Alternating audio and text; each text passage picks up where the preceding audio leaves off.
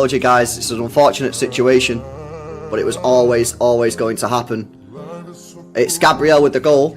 2-1 to Arsenal.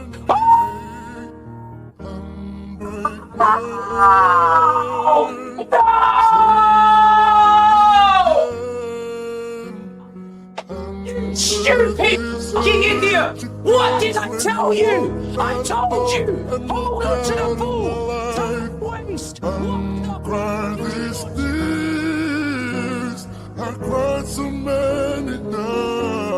he's going to, obviously he's hoping that the results are going to change, aren't they? But look, these records suggest that they're not going to change.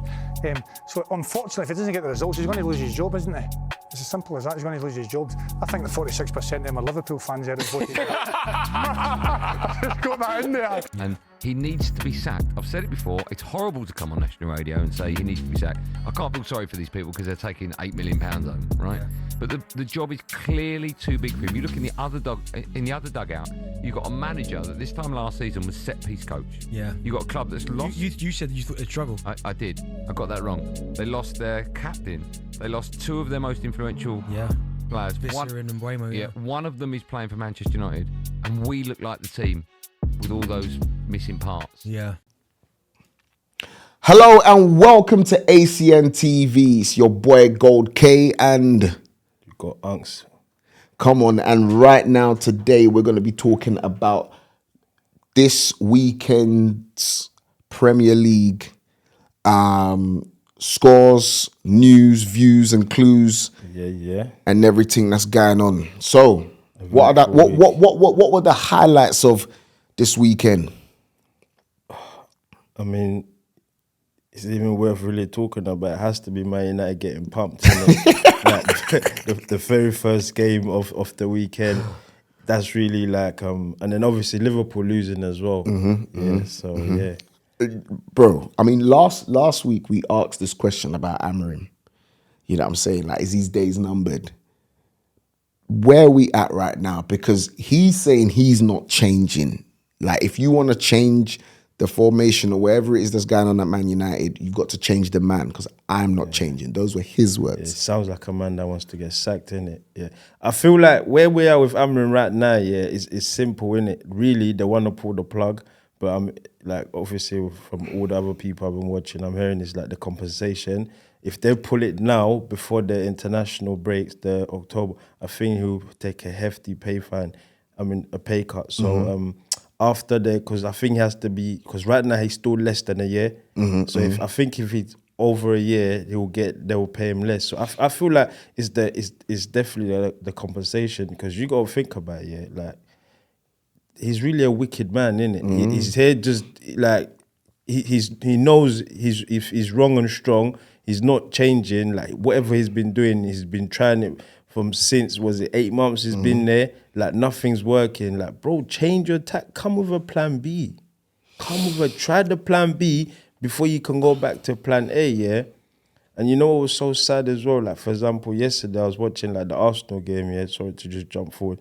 And I see Man United fans were actually cheering, like, happy that Arsenal's winning because of, like, Liverpool, innit? It's got to the point now where, like, they're having to support other teams to fail. Just to have smile on their face because their own team ain't bringing them smile. But look, the thing is, I heard on TalkSport today that Sir Jim Ratcliffe is like the full board, like, fully supports Amorim still. However, he is coming in to have conversations to find out what's actually the problem, like why Man United are not producing. To be fair, they have to say that, innit? For example, look at what happened with West Ham, where, like, they sent the grandpa out to do the interview, do everything like it was normal, and he got sacked the next day.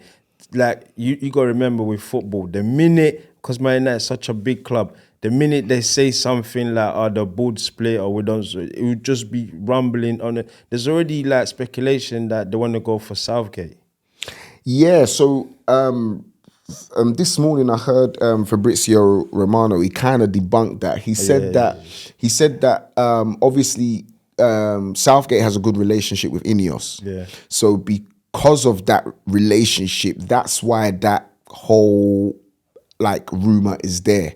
However, no, as far as he knows, there has been no conversations with no other managers, and he mentioned 2 other managers About that. Xavi, I heard something about Yeah, Xavi. so that's what I was come to say. So there was Xavi Hernandez is one of them. Studying Premier League, innit? Yeah, You see that one. Still. And what's the guy's name? Roberto De Zerbi, Marseille. What? From Marseille? Because apparently Jim Ratcliffe has had an appreciation for De Zerbi since he was at Brighton. Okay. So it's somebody that he's had on his radar for a while. That won't end well though, De Zerbi. Yeah, they were clashing. Innit? First season, and then after that they will clash. But you know what's so funny? You know the Man United fans, they were screaming, singing to Brian and Birmingham. I know. What was the score, innit? Like, it's sad. They were teasing him, innit? Yeah, because you left the team. I know. And you've gone to a team where they're actually dysfunctional. Apologies to all my Man United fans, but I'm sure you agree with me. Something needs to change over there. There can't be, like, literally, I'm speaking to the camera, there can't be a one Amrin in guy right now. Like, I don't know who would really support this You'll system. be surprised, you know. So one of my friends, he mentioned to me, I think this was on Friday, and then I asked him again today, because he supports Man United. And I said, so after everything that's happened, you still believe? And he goes, Amorim's not the problem, it's the players. And I'm like, but he has to be the problem if you know the players are not good enough for that position, yeah. Why do you like still think? Oh yeah, and another thing I saw was I watched Match of the Day, yeah, and then I saw how the Macarich's, like, he explained the tactic, bro. It was shambles. He's got the same formation, then he's got like different players just changing the personnel. Like he said something like De Ligt started at left centre back, and then come like the end, he's all the way right, and Buemo went from forward to the wing back. Mason Mount came as attacker, then ended up, and then Xerxes come on, and then he's like, yeah, we're players, but mate, you can't expect us to keep up every 3 minutes, yeah, to just keep adapting, yeah. And it's like, why does he keep changing the centre backs? bro, at this point, because even there was a point where when the camera went onto Amorim, he wasn't even watching the game. He had his head down the whole time. And like even the commentators was like, this is not what you want to see from your manager. It's come like he's dejected. He can't even watch them play. He can't even watch them take a penalty, a big grown up.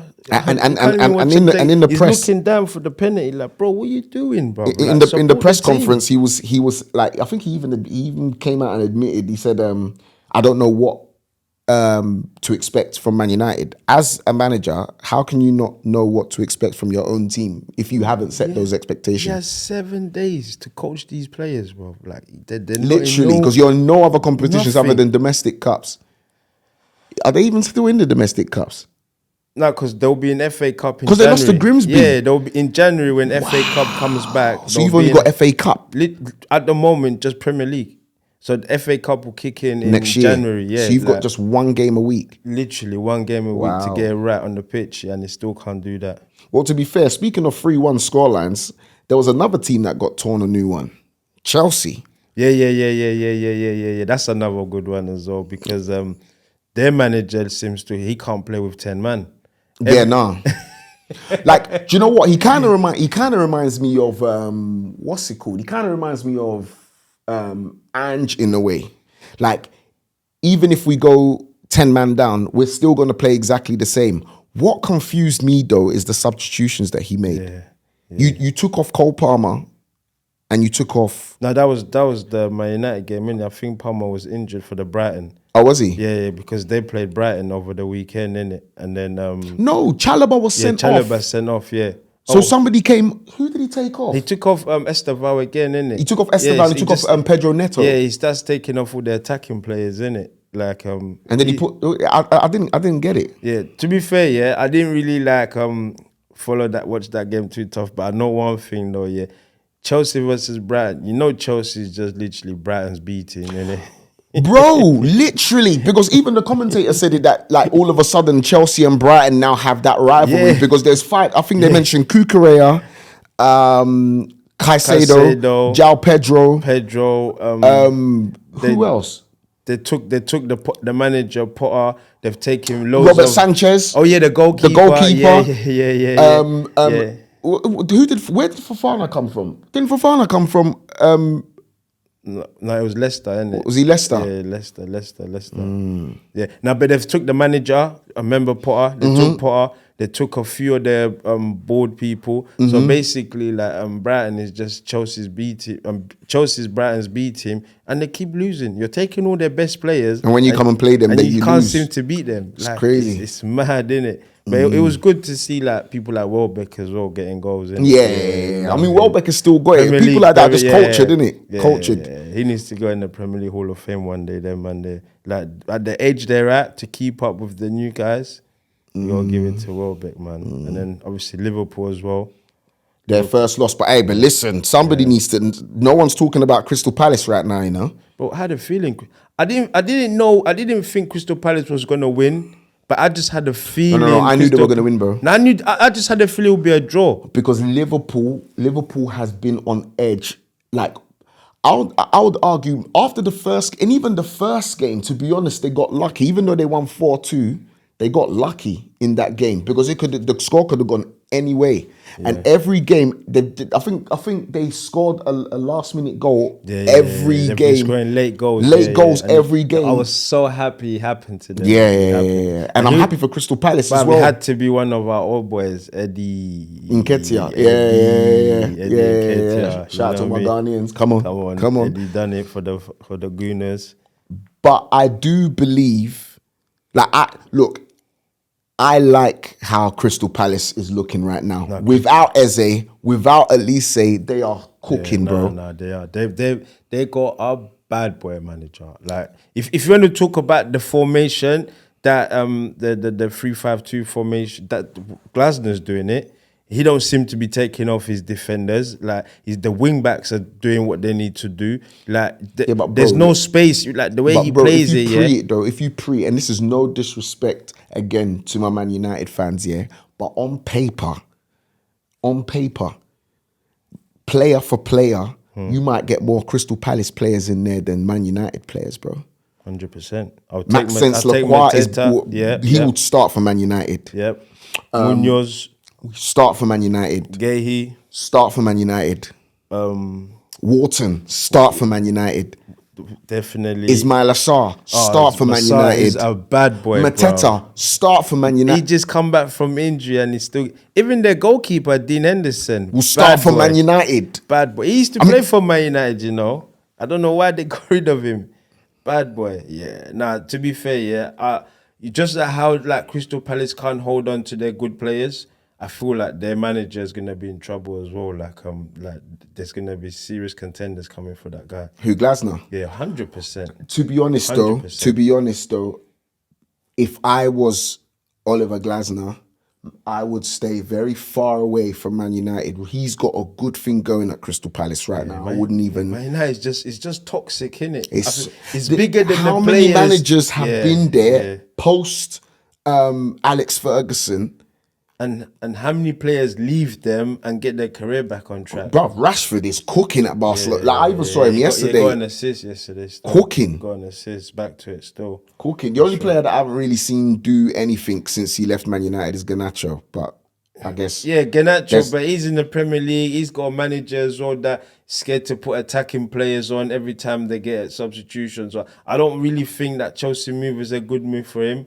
Like, look at Anthony. Anthony, for his level, I can't lie, he's doing his assists and they adore him at Real Betis. This is a controversial statement, but I would take right now because if we're going to talk about my team, Tottenham, your team I would take Garnacho on the left hand side, your bro. team as well. To be fair, I thought you lot should have beat Wolves, but there was a stat as well. Sorry, I'll let you speak here. But there was a stat on it like Wolves kind of like your bogey team. It is. They are. Every time they come to Tottenham, I don't understand. But the thing is, like in the last 5 years, we've not been able to get a result. As in, like we lose. The fact that we didn't lose this time, and like people have been jumping on Paulinho about his celebration, but if I scored, I would have celebrated. Do you know how frustrating it was? We hit the crossbar. We had a goal disallowed. Like there was just so many things happening. I was watching the whole last week. Yeah, like a lot of teams. Like I watched like just the way Arsenal we celebrated. We celebrated like we kind of won the league already. I watched AC Milan versus Napoli. I watched that. Yeah, did you see the way they celebrated? That game was mad. Did you see? I watched that game. The way they celebrated as well. Because obviously you can understand Napoli and AC Milan are challenging for the same thing. Yeah, Do you get what I'm trying to they say? had 10 man as well. Yep. Conte, all of that, and then what else as well? Atletico Madrid versus Real Madrid. Do you see the way Diego and them as last? It's They like I dealt don't with know Real where Madrid, already. bro. Yeah, like the way teams celebrated this week. You think we're in May already? Yeah, but the thing is because like right now the stakes are up. You know what I'm saying? Real Madrid know that the fact that they lost on the weekend Barca, is going to, bro. But do you get it? But that's his first big game, you know. Who? Like Alonso. That's his first because he lost the big since he's been in. He lost the big game to obviously Club World Cup. He lost them big game. All these other games he's been playing like teams he should really beat. And then they've had a Madrid derby where really they shouldn't be losing that. They got dealt with pumped. 5-2, bro. So soon now it's gonna be El Clasico, isn't it? And Hansi But yeah, Flick it's a bad boy let's touch on manager. Arsenal as well, innit? Yes, listen. The thing is, I respect it. No, I'm not even gonna jump. Now we got character. Now there was character. You see that starting line that we actually started yesterday was the starting line that we should have started with against Liverpool and against Man City. You get it? Because we like he with Eze attacking like with Saka because there was a thing saying. We started strong. I don't know. I can't remember who we played. Carragher. I think we played like Port Preston. Vale. Port Vale. We started strong against Port Vale than we did against Man City. Against Man City, we set up like we didn't want to win. Against Port Vale, we had more attacking players. But yesterday, yeah. To be fair, that was a good game, man. Because we don't really get points there, man. That's been so many corners in that game. Grand for us, and even it got to one point where because for me the game changed when Odegaard come on. I'm not gonna lie. He came on 81 minute. So up to like 79 minute, I messaged my boy saying, "Bro, we're literally playing for a draw here at best." Yeah. And then I had to eat my words, which I was happy about. Bro, do you know what I was shocked about? But it ended up being a very good decision. When he decided to take off Saka, I said, hold on a second. If you guys are trying to chase the game, Saka's the one you want on the pitch. No, but if you think about it, he's meant to take Saka off at 60 minutes. He took Saka off at 70th minute. So I didn't know. I clocked it because he even gave Saka that extra 10 minutes because remember he's still getting him into fitness, innit? It's still the fitness thing. So he took him off 70th minute, and then from then, the game changed, bro. When Odegaard come on 81 minute, and then Moreno. I didn't know Moreno played for Newcastle. Yeah, before he went to Real Sociedad. I didn't know this. I was like, what? I'm not saying he was a bozo then, but like the midfielders that Newcastle had then, it would have been difficult for him as a young boy to. Yeah, that's why I didn't really like, because back then Newcastle were like, they weren't really ripping up no trees, innit? So even when I said, boy, I had to check this. Like, they're like, oh, you love coming back here and that. But yeah, man, it was. Obviously, we just got to keep this mentality, man. Like, I feel, and this is what Thomas Frank was alluding to when talking about Tottenham. But I understand what he's saying is that obviously we're fair. Well, apparently Tottenham are one of the youngest teams in the Prem, if not the youngest team in the Prem at the moment. Yeah, because last year you lot signed a lot like Bergvall. The youth from Leeds, what's his name? You from Leeds? You signed one of the young. What's one of the? Oh yeah, Archie Gray. Archie Gray. Yeah. You know what I mean? Snap. Yeah. You lot got a lot. Yeah, you lot did sign a lot of young players. You're building your team for the future, innit? Exactly. So I have to respect that. All right, two last points. One, Potter sacked. I know we touched on it earlier. Nuno in. Yeah. And he's taking charge of today's game. They got a game as well today, innit? Yeah. Come on, you Amos. But I think that's a good move. Oh, yes. I think that's a good move. But it was the only other move. There was no other move. I heard there was linked with Slaven Bilic, bro. Slaven Bilic ain't done nothing since he left the Premier League. Nuno's a guy that obviously he left Nottingham Forest. The Nottingham Forest, they're still mourning about losing him, so he has to be the best fit. And Wolves. Yeah, he was good for Wolves, innit? They didn't want to get rid of him. Yeah, do you get what I'm trying to say? The only, to be fair, it's only Tottenham. I don't think you lot accepted him or you lot gave him money to spend. No, do you know what it is? You see Tottenham, yeah, like from they're going as far back as even Ozzy Ardiles days, yeah. Like Ozzy Ardiles, his formation was like, people used to mock it and say he used to play 1-9. Like, do you get what I'm trying to say? Tottenham's always been about flair, attacking football. Nah, when you've come and now played pragmatic defensive football, like even one thing I'll give Thomas Frank here. Thomas Frank is a defensive coach. He prioritized defense first. But when you're watching Tottenham don't look like that. It doesn't look boring. So he's adapting to the ideology of, if you want to call it, the Spurs way of playing. But Nuno ain't playing. He ain't gonna be playing the West Ham way. Nah, but right now, West Ham. But Nottingham Forest weren't boring though. Last season they were exciting. But they had players though. Yeah, like they had Elanga. They had a couple man that was even their goalie Souls. He made a hella saves. Like right now, I don't know. He won Golden Glove last season. Yeah, with Raya. But I don't know who West Ham's gonna have in goal. Whether it's the new guy from Leicester or it's Fabianski or it's Areola. They're not going to save as much as Sol saved. Mate, Sol used to do some bad boy saves, you know what I mean? But he's going to have to do the compact thing, the low block thing, and do counter. This is like, obviously, Bowen and Paquetá, they're the main two guys that would...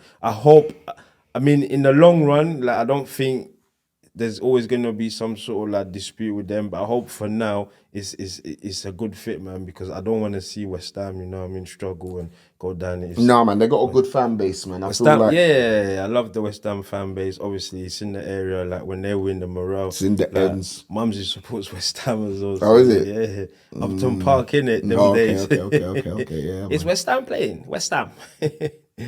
So I want to see West Ham do well, innit? Apart from this Saturday when we play them. You're playing them, yeah? Ooh, new manager Bantz, he knows, blood. But for every time they play against Declan Rice, bro, I don't know, bro. For some reason, Declan just fumbles it. Like, I don't know. They beat us in one of the cups a few years ago. They stopped us from winning the league. Like they've definitely got points out of us in the last few things. But and then sorry to go back. Another thing I was thinking, you know, the Man U thing, yeah, you gotta remember, yeah, just sure. You got to remember, Keith Andrew, a defensive coach, basically tactically outplayed Ruben Amorim, some guy that's meant to be European hot prospect.